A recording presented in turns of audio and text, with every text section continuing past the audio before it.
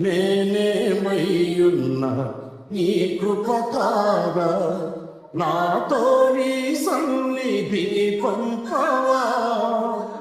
ప్రతికూలతలు శృతి మించినను, సంధ్యాకాంతులు నిదురుచినను, తొలి వెలుగు నీవై ఉదయించి నాపై నడిపించినది నీవయ్యా. నీ కృపకు నన్ను పాత్రునిగా చేసి బలపరచిన యేసయ్యా.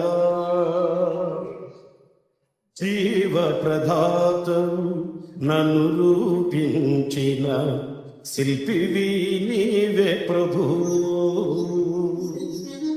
జీవన యాత్రలో అండగా నిలిచే తండ్రివి నీవే ప్రభు.